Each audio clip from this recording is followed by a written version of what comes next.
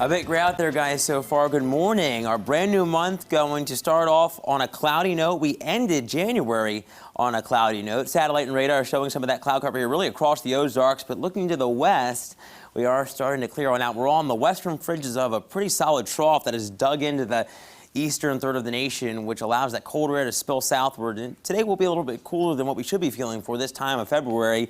In Springfield, we have some of that low cloud cover around, but really not impacting our morning commute all that much. Tomorrow, I think we could have a different story with some patchy fog as we clear out the cloud deck as we head through tonight. Temperature-wise, 30s out there for most, but Fort Leonard Wood and Monette are at the upper 20s currently, 30 in Branson, 30 in Camden and Springfield for that matter, but it does feel worse with that northwesterly wind coming in around 10 to 15, giving us wind chills in the lower 20s for the majority of the Color 10 viewing area. So that's why you want to have the heavier coat if you are heading out this morning, but should have no issues out there on the roadways, which is good. Should be just fine, quiet, and I think we should see a little more sunshine peeking out from behind the cloud cover by later on for our evening commute. We're back into the upper 30s for high temperatures, seeing some more of that sunshine, but we will have that last look at that 7-day forecast talking about when some unsettled conditions return here, guys, in just a little bit. Big news from SPS today as people are going from 2 days of in-person learning to 4 as high school students are going to make that switch. So that means each grade will now be going to school Monday and Tuesday and then Thursday and Friday, with Wednesday being a virtual learning day and cleaning day for the schools as well. Our David Chazanov joins us live now from Central High School. David, we heard from a freshman who says that they are kind of split on this, and parents who are excited about kids going back to school. Good morning. Hey, good morning, guys. Well, Ashley McGuire has 3 kids, and they all have different schedules, making it a lot to manage. Now, she says this change will make it easier on her and her kids. My kids need school. They need a teacher. They need friends. And trying to juggle all of this as a parent is tough. I just think it's really important for our kids to find some sort of normal now. Ashley McGuire has 3 kids. Natalie Easton is one of them. She goes to Central for what is now 4 days. One goes to Republic for a full week, and the last is in classroom for just 2 days. While she's at work, McGuire checks how they're doing on their homework, and she says that's difficult, especially when she can't help with subjects like geometry. Easton says she's excited to take less classes online, but she's also nervous. Because of past COVID-19 guidelines, there are many students she hasn't met yet. I think it'll really help people, especially like coming out of their shell, especially like at the beginning of high school, because that's kind of like the point in time like you are supposed to like make new friends and like get your friend group. But like when you go online, like you can't really have a friend group or be like talk to people. And Stephen Hall with SPS says the goal is to return to 5 days of in-person learning by the start of the 4th quarter, but that's only a possibility. It depends what COVID-19 data will show and what the health department tells SPS. Reporting here in Springfield, David Chazanov, Ozarks First.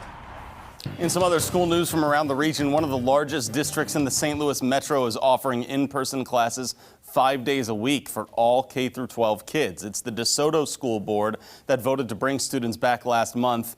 They began from moving from remote model learning to a hybrid model, and then starting today, anyone who chose that in-person learning is back to school full-time.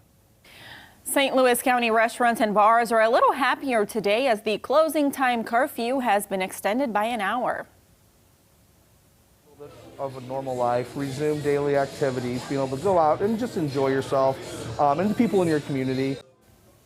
Previously, these places had to close at 10 p.m., but according to County Executive Sam Page, because of working protocols, the curfew has now been pushed back to 11 p.m. every night.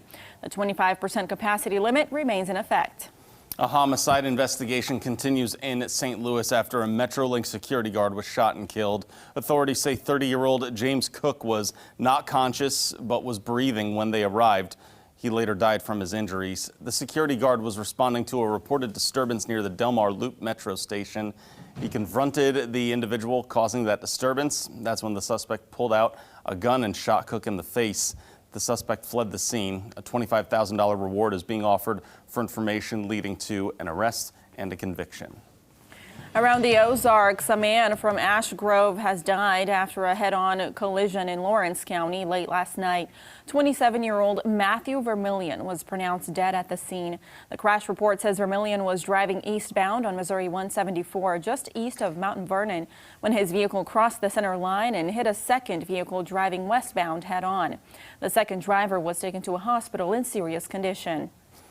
In some news around the world for you, a military coup happened overnight in Myanmar after the military declared a state of emergency for the past year.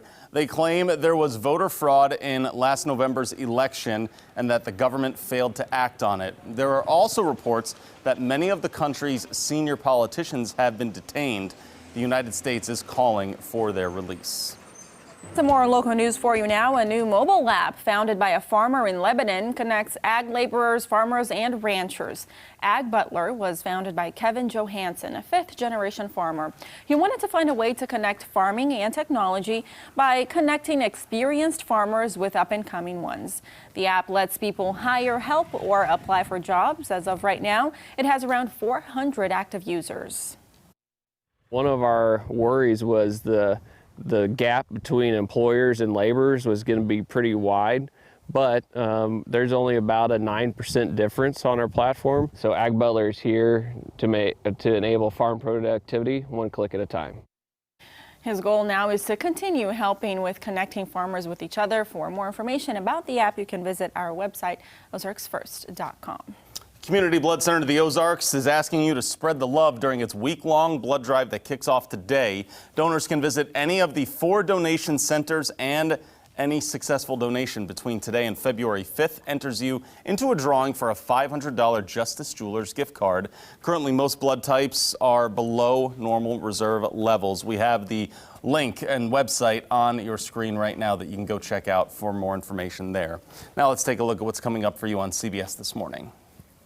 Coming up, over 100 million Americans are waking up to the biggest winter storm to hit the Northeast in years. Plus, legendary singer Tony Bennett and his family are breaking their silence about a closely held secret. Coming up on CBS This Morning.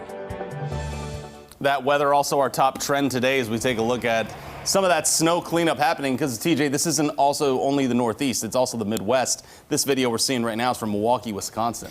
Yeah, I mean, the same storm system that gave us all of our rain here Saturday, guys, moved through the Midwest, and now it's starting to transfer its energy out to the coast, and it's going to become a major nor'easter for millions of people in the Mid-Atlantic and the northeastern part of the country. Is this part of this is what people have to watch out for, in that some of the winds can kick up and you can lose power, right? Oh, goodness, yeah. I mean, 50 to 60 mile-per-hour winds. I mean, gusts going to be insane. I'm sure blizzard conditions throughout much of New England, and I think there could be some spots that pick up over 2 feet. I mean, this could be the biggest snowstorm in the Big Apple in half a decade. Wow. Oh, wow. So, yeah, it's going to be a really unsettled, wintry day out across some parts of the east for sure. Some parts of the country, but back here at home, at least for today, we're just expecting some cold. Maybe the sun will come out. I think we will see some sunshine, yeah, guys. We haven't seen it in a while. I think by later on this late this afternoon into the evening, we'll see some, and then we're tracking our next cold front by Thursday. All right, TJ, thank you very much. Thanks for starting your week with us here on Daybreak. We'll see you for more local news at midday.